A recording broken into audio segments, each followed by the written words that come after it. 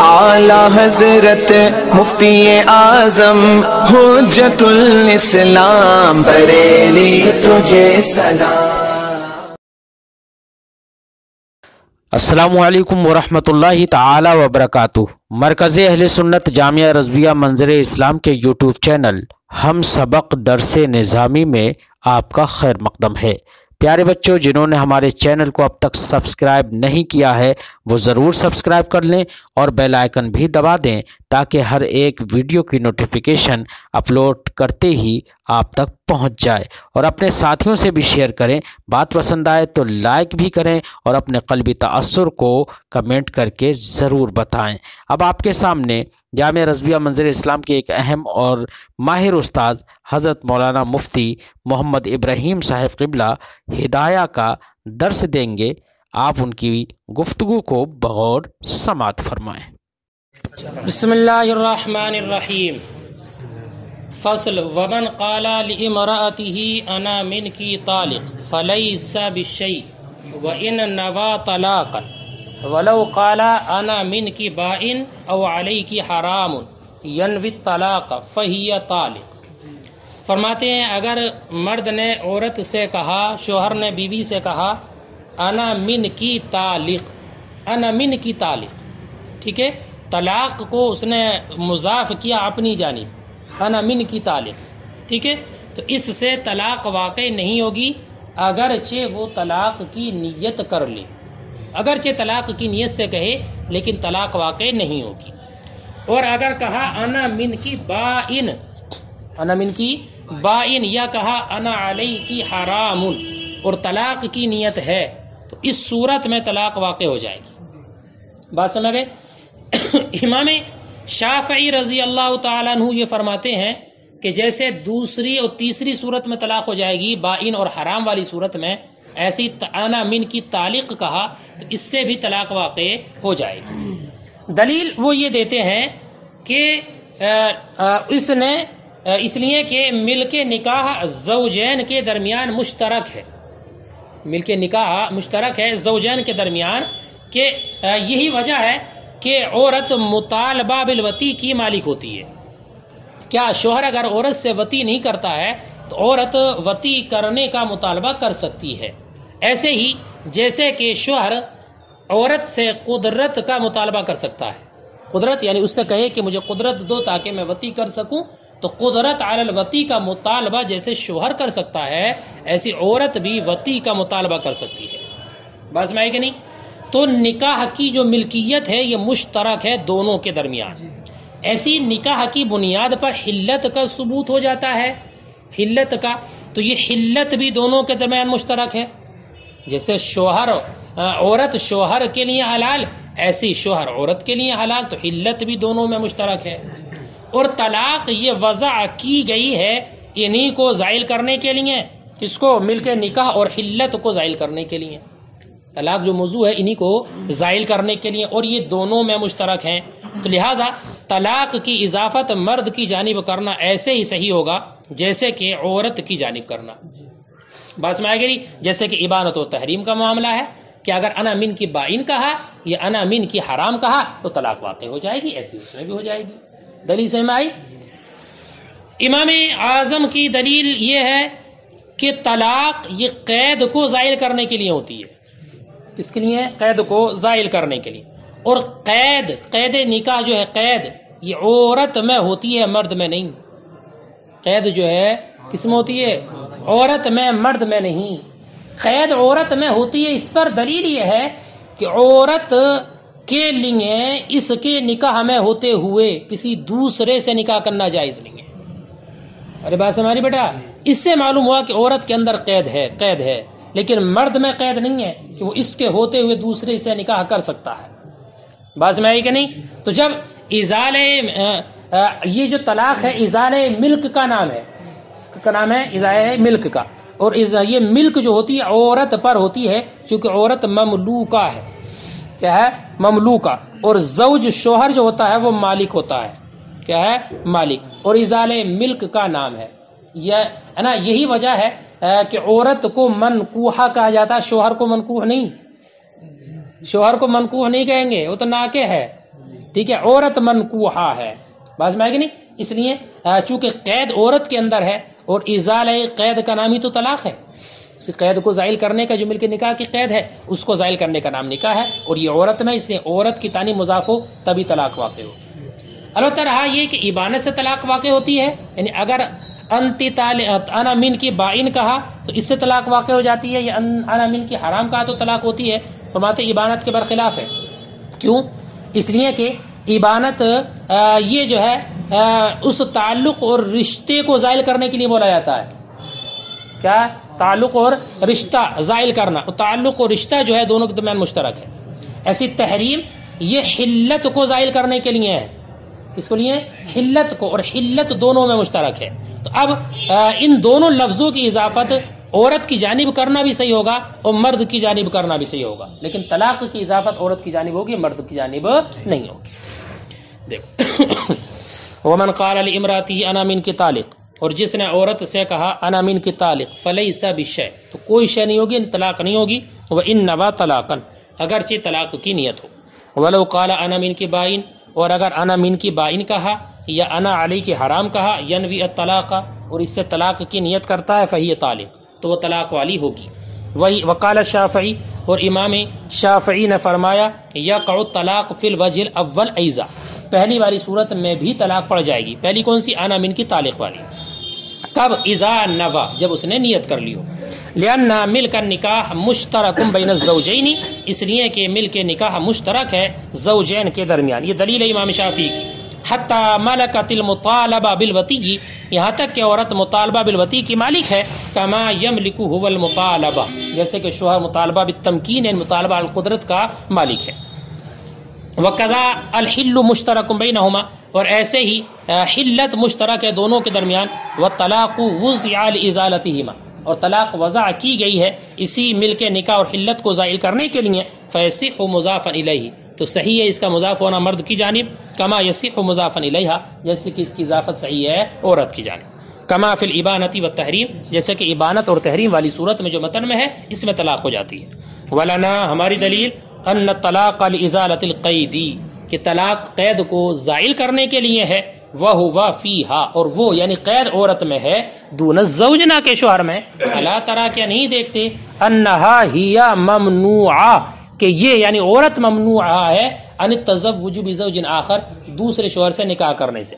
ولو کان لازالۃ الملک، اور اگر طلاق ازالہ ملک ہے، فہو علیہا، تو وہ اس پر ہے، کس پر؟ عورت پر تو ہے ملک، لانہا مملوکہ، اس لیے کہ یہ مملوکہ ہے، والزوج مالک، اور شوہر مالک۔ ولہذا سمیت منکوحہ، اسی وجہ سے اس کو منکوحہ کہا جاتا ہے، بخلاف ابانت کے، لانہا لازالۃ الوصلہ، اس لیے کہ وہ تعلق کو زائل کرنے کے لیے ہے، وہی مشترکہ، اور یہ دونوں کے درمیان مشترک ہے، اور بخلاف تحریم کے، لانہ لازالۃ الحل، اس لیے کہ تحریم یہ حلت کو زائل کرنے کے لیے ہے، وہو مشترک، اور یہ دونوں میں مشترک ہے۔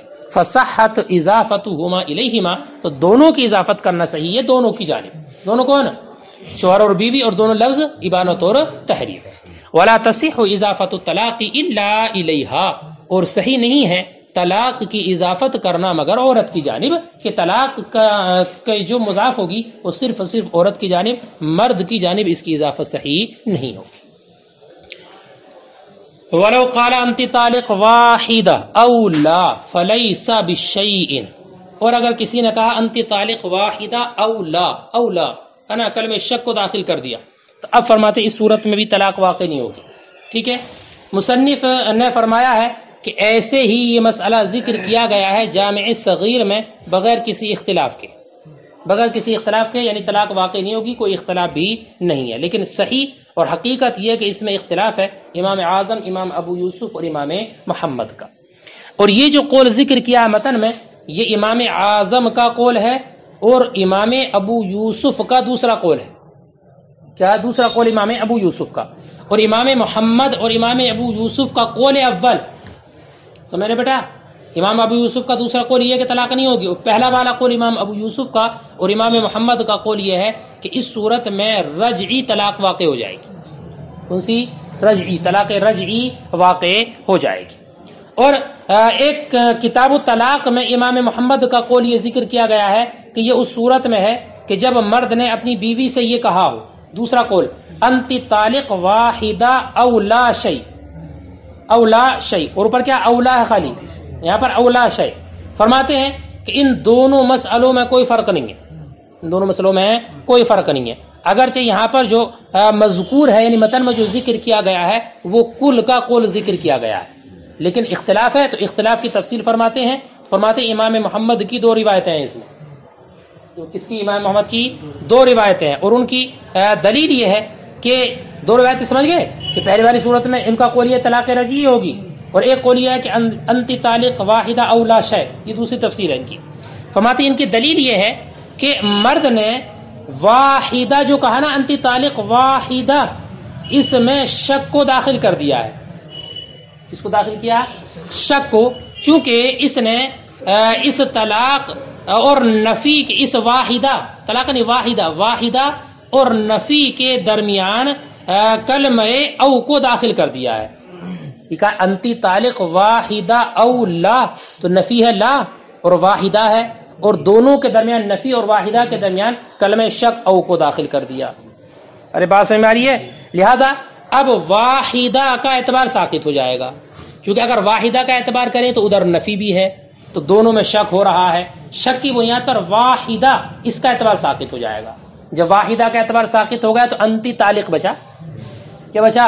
انتی طالق، اور انتی طالق بچا تو اب اس سے ایک طلاق رجعی واقع ہو جائے گی. ٹھیک ہے.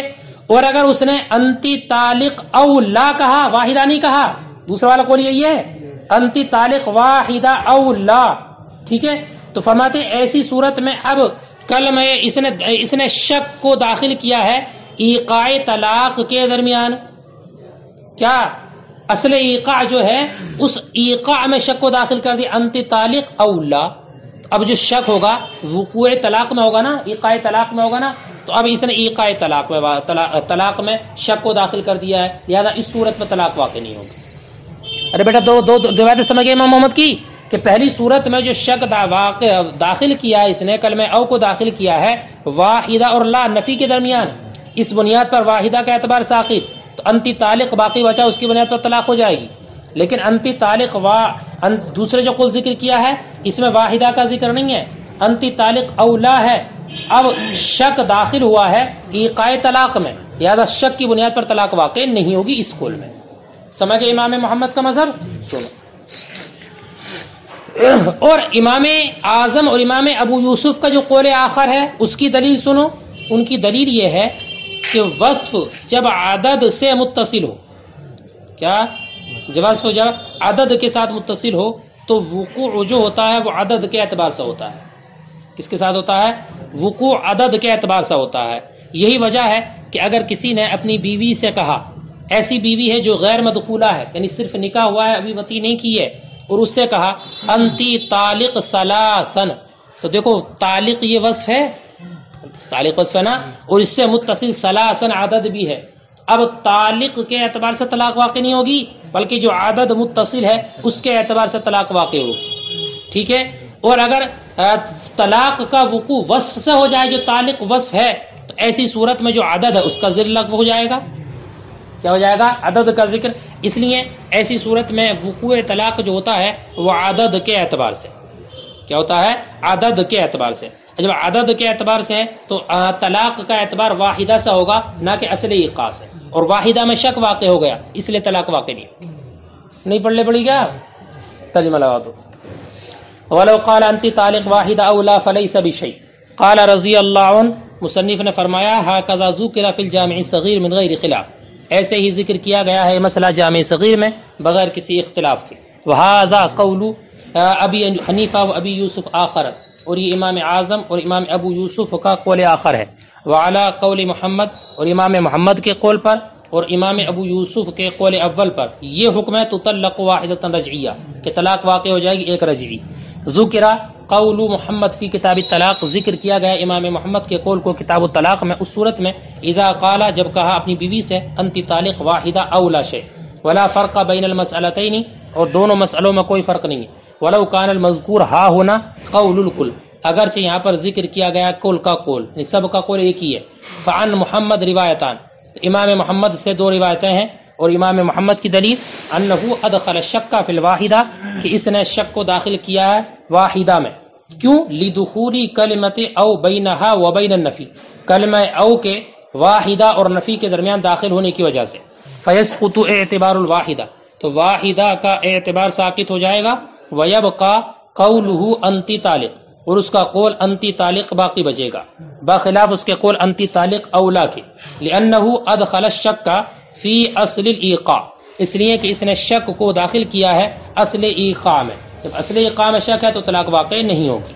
ولہما، اور ان دونوں حضرات کی دلیل ان الوصف متى قرن بالعدد، کہ وصف جب متصل کر دیا جائے عدد سے، لو کان الوقوع بذکر العدد، تو وقوع طلاق عدد کے ذکر کے اعتبار سے ہوگا. اللہ تعالیٰ کیا نہیں دیکھتے انہو لو قال لغیر المدخول بہا، کہ اگر غیر مدخول بہا عورت سے کہا انتی طالق ثلاثا تو طلق ثلاثا، تو طلاق واقع ہوں گی 3. ولو کان الوقوع بالوصف، اور اگر وقوع طلاق وصف سے ہو، لا لغا ذکر الثلاث، تو لغو ہو جائے گا ثلاث کا ذکر کرنا. وہذا، اور وہ اس لیے کہ لأن الواقع فی الحقیقہ انما هو المنعوت المحذوف، اس لیے کہ جو حقیقت میں واقع ہوتا ہے نا وہ ہوتا ہے جو منعوت ہوتا ہے، اور منعوت ہوتا ہے محذوف. ٹھیک ہے، کیا؟ مصدر تطلیق. ٹھیک ہے، جو یہ صفت ہے نا تعلق، اس کا جو منعوت ہے وہ واقع ہوتا ہے. سمجھے کیا؟ تعلق تو صفت ہے نا، تو اس کا جو موصوف ہے منعوت ہے محذوف ہوتا ہے وہ واقع ہوتا ہے حقیقت میں. معنی ہے انتی طالق کا معنی انتی طالق تطلیقہ واحدہ، علی ما مر، جیسے کہ مثالیں گزر چکی ہیں. وَإِذَا كَانَ الْوَاقِعُ مَا كَانَ الْعَدَدُ نَعْتًا لَهُ، اور جب واقع وہ ہوگی کہ عدد ما كَانَ الْعَدَدُ نَعْتًا لَهُ، کہ عدد جس کی نعت ہے، ٹھیک ہے، صفت ہے. كَانَ الشَّكُّ دَاخِلًا فِي أَصْلِ الْإِيقَاعِ، تو اب شک واقع داخل ہوگا اصل ایقاع میں. فلا يقع شيء، تو اب کوئی شے داخل واقع نہیں ہوگی. ولو قال انت طالق مع موتی او مع موتکی، اور اگر اس نے کہا انت طالق موتی مع موتی، تجھے طلاق میری موت کے ساتھ یا تیری موت کے ساتھ، تو اس صورت میں بھی طلاق واقع نہیں ہوگی، کیونکہ موت یہ حالت منافیہ طلاق کے لیے، ایسی مرد کا مرنا ایسی عورت کا مرنا. فلیس بشیء لانہ اضاف الطلاق الى حالت منافیہ، اس لیے کہ اس نے طلاق کو مضاف کیا ہے حالت منافیہ کی جانب، لہو اس کی کس کی طلاق کے لیے. لأن موتہ جناف الاہلیت، اس لیے کہ شوہر کا مرنا اہلیت طلاق کے منافی، جب مر گیا تو طلاق کیسے دے گا. وموتہا، اور عورت کا مرنا ینافی المحلیت، محلیت کے منافی ہے، حالانکہ طلاق اسی وقت واقع ہوگی جب محلیت کا باقی ہو اور اہلیت تطلیق باقی ہو. ولا بد منہما، اور ان دونوں کا ہونا ضروری ہے، اس لیے اس صورت میں طلاق واقع نہیں.